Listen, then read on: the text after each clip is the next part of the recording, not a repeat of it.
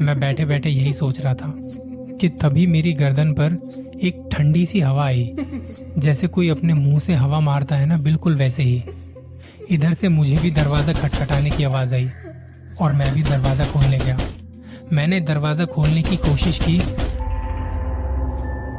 14 अप्रैल 2020, जब पूरे देश में लॉकडाउन की वजह से सब कुछ बंद पड़ा था। सड़कें खाली थी, बाजार बंद थे, दफ्तर बंद पड़े थे, लोग अपने अपने घरों से काम कर रहे थे।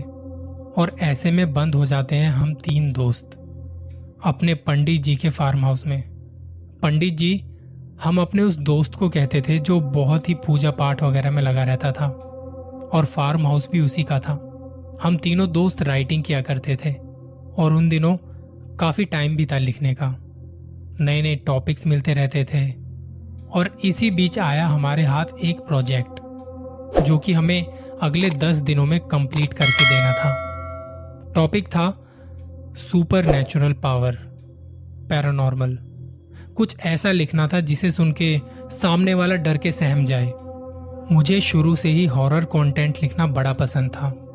बहुत रिसर्च करनी पड़ती है वैसे हॉरर कंटेंट लिखने के लिए, और उस टाइम पर आप कहीं बाहर भी नहीं आ जा सकते थे। अब जब हम 3 दोस्त, मैं, मेरा दोस्त क्षितिज और पंडित जी, हम लोग घंटों तक साथ बैठ के बातें करते रहते थे अपने काम की। कई बार बातें इतनी लंबी चलती थी कि दिन का पता ही नहीं चलता था। 14 अप्रैल 2020 को जब हम अपने प्रोजेक्ट के बीच वाले प्लॉट में कहीं फंसे पड़े थे, तो बीच रात क्षितिज को सूझा कि एक हॉरर गेम खेलें।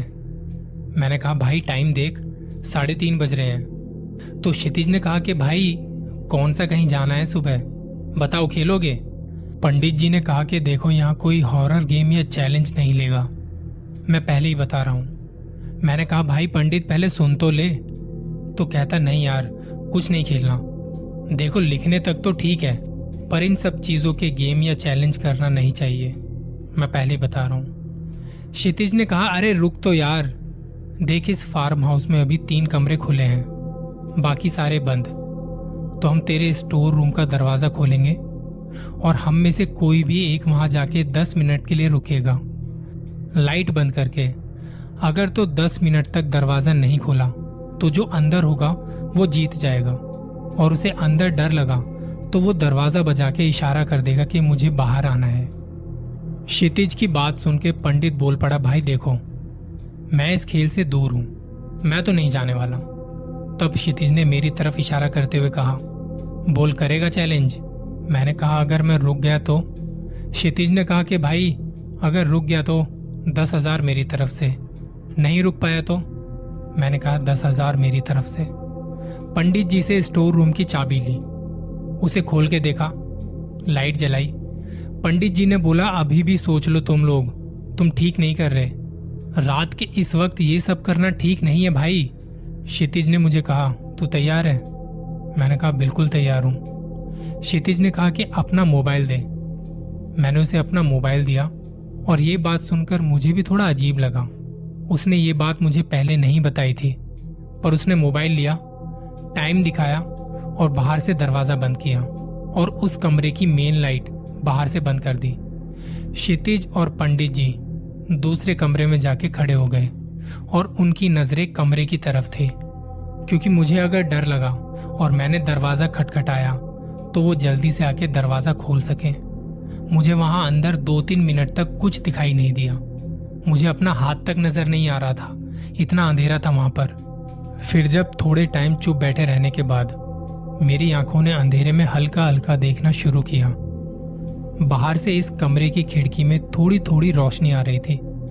मैं वहां के माहौल में थोड़ा ढल चुका था, अंधेरे में कुछ कुछ देख पा रहा था। एकदम सन्नाटा पसरा पड़ा था, क्योंकि गाड़ियों का कोई शोर नहीं था, किसी तरह की कोई आवाज नहीं आ रही थी। मैंने वहां 2-4 ईंट रखी देखी, उन पे जाके बैठ गया। मेरे पास ना तो घड़ी थी ना मोबाइल। सोच रहा था कि कब 10 मिनट होंगे। एक एक मिनट बहुत बड़ा लग रहा था। सोच रहा था कि 10,000 के चक्कर में आके मैंने गलती तो नहीं कर दी। मुझे ही हीरो बनने का शौक चढ़ा था ना। मैं बैठे बैठे यही सोच रहा था। कि तभी मेरी गर्दन पर एक ठंडी सी हवा आई, जैसे कोई अपने मुंह से हवा मारता है ना, बिल्कुल वैसे ही। मैंने अपनी गर्दन पर हाथ लगाया तो कुछ धूल सी चिपकी पड़ी थी। शायद स्टोर रूम की दीवारों से झड़कर कुछ धूल मिट्टी गिर गई होगी। मुझे लग रहा था कि 10 मिनट तो हो गए, पर पता नहीं क्यों उन्होंने दरवाज़ा नहीं खोला अभी तक। मैं बस बैठा रहा कि शर्त हार गया तो। उन लोगों की भी बाहर से आवाज़ नहीं आ रही थी। तभी दरवाज़ा खटखटाने की आवाज़ आई। बाहर से क्षितिज और पंडित ने वो आवाज़ सुनी और दरवाज़ा खोलने के लिए आने लगे। इधर से मुझे भी दरवाज़ा खटखटाने की आवाज़ आई और मैं भी दरवाज़ा खोलने गया। मैंने दरवाज़ा खोलने की कोशिश की तो वो बाहर से बंद था। क्षितिज और पंडित ने दरवाज़ा खोलने की कोशिश की तो वो अंदर से बंद था। दरवाजे के उस पार वो दोनों थे और इस पार मैं अकेला। दोनों ने दरवाजे को खोलना चाहा पर वो खुला नहीं। मैं यहाँ से चिल्ला रहा था कि क्या कर रहे हो तुम लोग। वो दोनों वहां से चिल्ला रहे थे कि दरवाजा खोलता क्यों नहीं है तू। पर हम तीनों को अपनी अपनी आवाजें भी नहीं सुनाई दे रही थी। वहां से उन्होंने भी खूब कोशिश की और यहाँ से मैंने भी खूब कोशिश की, पर दरवाजा नहीं खुला।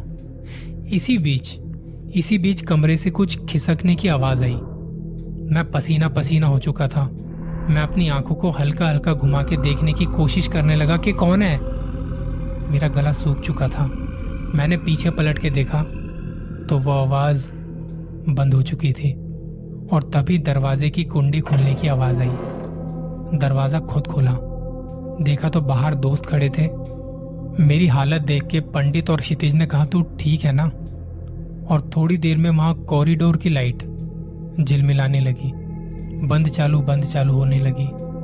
चांद की रोशनी से काफी कुछ नजर आ रहा था। कॉरिडोर काफी लंबा सा था और जब ये सब कुछ हो रहा था कॉरिडोर में थोड़ी दूर से कुछ आवाज आती है। मैं इतनी देर अंदर अंधेरे में था तो मुझे अंधेरे में दिखाई दे रहा था हल्का हल्का कि एक परछाई हमारी तरफ आ रही है। धीरे धीरे मैंने अपने दोस्तों को कहा कि निकलो यहाँ से, फटाफट निकलो यहाँ से। पंडित अपने कमरे में गया और कुछ जलने वाली सामग्री लेके आया। कॉरिडोर के बीच रास्ते में उसने उस सामग्री को जला दिया और कुछ मंत्र पढ़ने लगा। थोड़ी देर में वो आवाज भी आनी बंद हो गई। लाइटों का झिलमिलाना बंद हो गया। लग रहा था कि सब कुछ नॉर्मल हो गया है। और तभी हमारे बिल्कुल ऊपर एक छोटा सा बल्ब जल रहा था। उसमें बिजली के करंट से धमाका होता है।